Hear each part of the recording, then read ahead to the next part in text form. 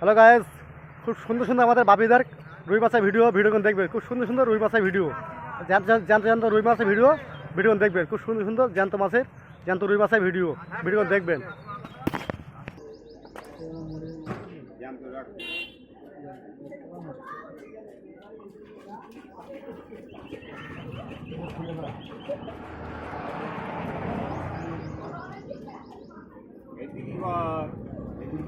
আর ওদিক যাচ্ছি, আর ওই ফুলে এই রুই মাছ কটা তুলে নেই আর যাচ্ছে ওদিকে।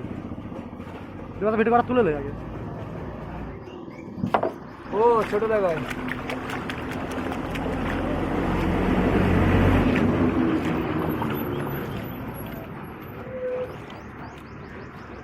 কি করছি?